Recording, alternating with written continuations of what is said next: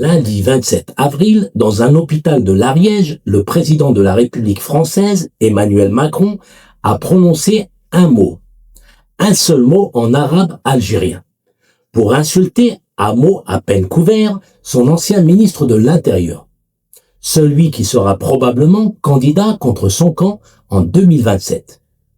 Et ce mot, vous allez le voir, ce n'est pas un dérapage. C'est un calcul qui peut faire basculer la présidentielle. Restez avec moi, à la fin de cette vidéo, vous comprendrez pourquoi Alger ce soir est en train de sourire. Le mot, c'est Maboul, pluriel d'un mot que tous les francophones d'Algérie connaissent. Fou, cinglé, taré. Et la phrase exacte d'Emmanuel Macron, je vous la lis. Allez dire à tous ces Mabouls qui nous expliquent qu'il faudrait se fâcher avec l'Algérie. Lieu, hôpital Lavelanet en Ariège.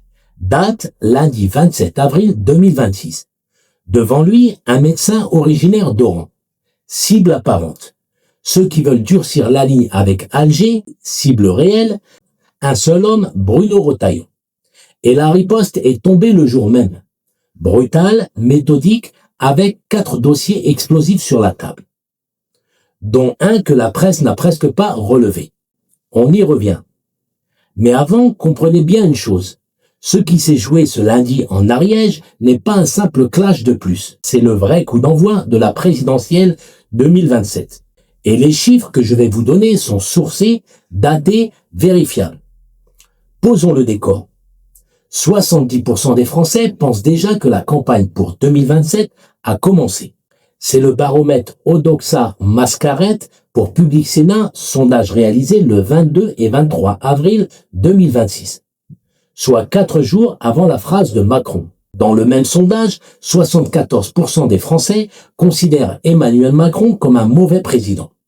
Et de l'autre côté, Bruno Retailleau, élu président des Républicains à 73,8% des voix des adhérents en mai 2025, candidat déclaré à la présidentielle, crédité selon les sondages de 8 à 17% d'intention de vote au premier tour. C'est peu, mais Retailleau a un atout que personne d'autre n'a à droite. Il s'est construit depuis 18 mois auprès d'une frange de la population comme l'homme qui tient tête à Alger. Et c'est précisément cette position-là que Macron vient attaquer frontalement. Pourquoi maintenant? Pourquoi cette phrase précise? Et pourquoi dans un hôpital? Ce n'est pas un hasard.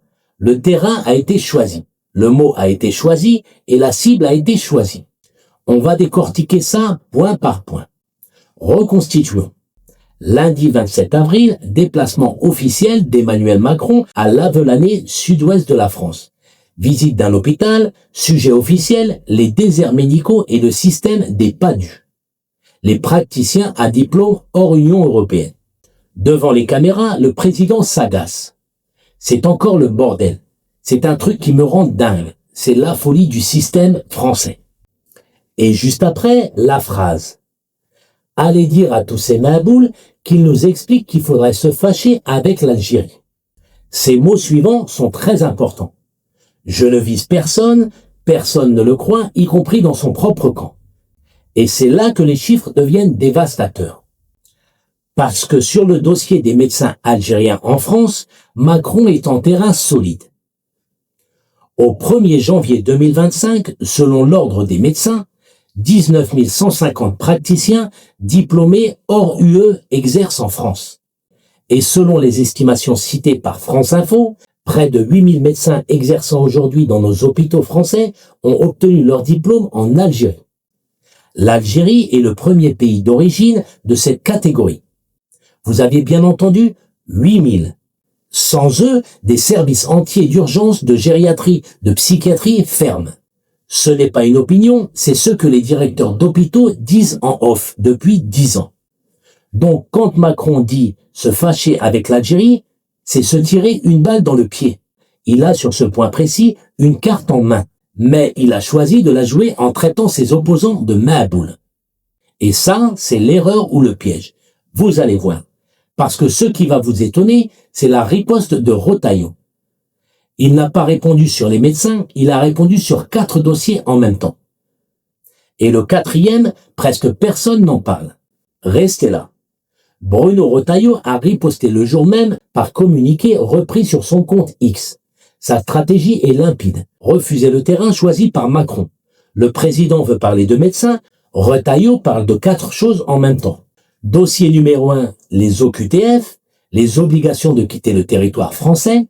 Selon le rapport parlementaire Rodwell-Lefebvre, publié le 15 octobre 2025 et cité à l'Assemblée nationale le 30 octobre 2025, en 2024, 16 238 OQTF notifiés à des Algériens. Seulement 828 exécutions effectives, soit moins de 5% au 1er octobre 2025. 486 éloignements forcés d'Algériens, soit moins 63% par rapport à la même période en 2024. Depuis mars 2025, l'Algérie a tout simplement cessé toute coopération consulaire. Plus d'auditions, plus de laissez-passer, blocage total.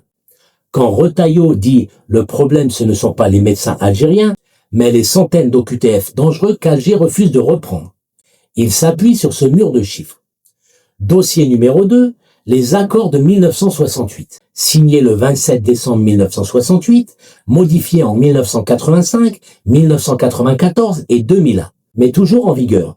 Ils donnent aux ressortissants algériens un statut dérogatoire. Carte de résidence de 10 ans après seulement 3 ans de présence régulière, accès facilité au RSA, à l'ASPA, au regroupement familial, sans délai d'attente.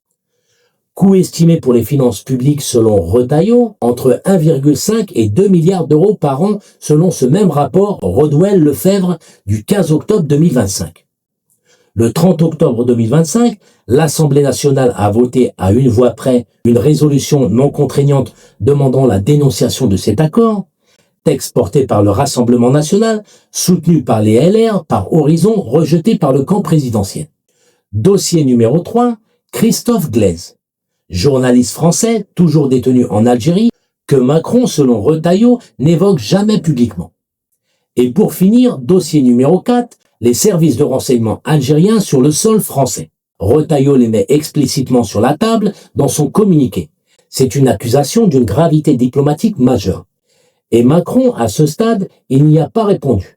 Sa phrase finale qui a fait mal, « Aucune douleur de l'histoire ne donne le droit aux dirigeants algériens d'humilier et d'insulter la France. » Traduction politique, l'argument mémoriel ne tient plus. Maintenant, élargissez le plan. Pourquoi Macron sort cette phrase maintenant, fin avril 2026, à 1 an exactement du premier tour de la présidentielle? 3 hypothèses. Je vous les donne en clair. Hypothèse 1, le calcul électoral. Macron veut fragmenter la droite. Il sait que l'électorat LR est, je cite Odoxa, fracturable, voire fracturé. Entre 2 pôles, un pôle modéré qui lorgne vers Édouard Philippe, crédité à 21% d'intention de vote, et un pôle dur qui regarde vers le RN, Bardella à 34%. En traitant Retailleau de maboule, Macron pousse la droite à modérer, à se distancier de lui et précipite l'effondrement de la candidature LR. Hypothèse 2, le calcul d'image. Macron veut incarner la responsabilité d'État face à des va-t-en-guerre. Il joue la carte du chef pragmatique contre les démagogues. C'est exactement le rôle qu'il a tenu en 2017 et en 2022. Le problème, avec 74% des Français qui jugent qu'il est mauvais président, cette posture ne fonctionne pas comme avant. Hypothèse 3, le calcul algérien. Macron envoie un signal à Alger. Je tiens, je ne céderai pas au dur, possiblement en échange de quelque chose. La libération de Christophe Glaise, la reprise des laissez-passer consulaires, je ne sais pas. Mais le timing, juste après le retour de Laurent Nunez à Alger en mi-février 2026, est troublant. Ces 3 hypothèses ne s'excluent pas. Elles se cumulent probablement et pendant ce temps, Retailleau gagne quelque chose qu'il n'avait pas avant. La posture de victime sérieuse. Insulté par le président, donc dangereux pour lui, donc crédible. C'est exactement ce qu'il cherchait. Alors je vous pose la question et je veux votre avis franc en commentaire. D'un côté Macron, 8000 médecins algériens dans nos hôpitaux, vous voulez vraiment qu'on les perde ? De l'autre, Retailleau, 16 000 OQTF notifiés, 800 exécutés. Vous trouvez ça normal? Les deux ont raison sur leurs chiffres. Les deux. Alors, qui ment? Qui a la bonne stratégie? Macron qui cherche l'apaisement diplomatique ou Retailleau qui veut le rapport de force? Dites-le moi en commentaire, c'est là que le débat devient intéressant et je lis tout. Macron a raison de dire qu'on ne peut pas se passer de 8000 médecins algériens dans les hôpitaux français. C'est factuellement vrai. Le système de santé publique français s'effondre sans eux.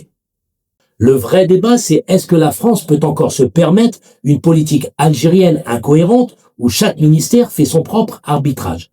Et la réponse honnête à ce stade, c'est non. Plus à 1 an de la présidentielle, plus avec un président à 26% d'opinion favorable, plus avec un parlement où l'Assemblée vient de voter à une voix près contre l'accord de 1968.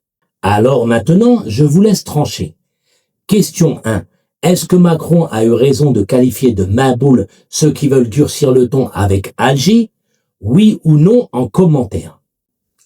Question 2. En 2027, qui sera le mieux placé pour gérer le dossier algérien? Macron, Retailleau ou personne?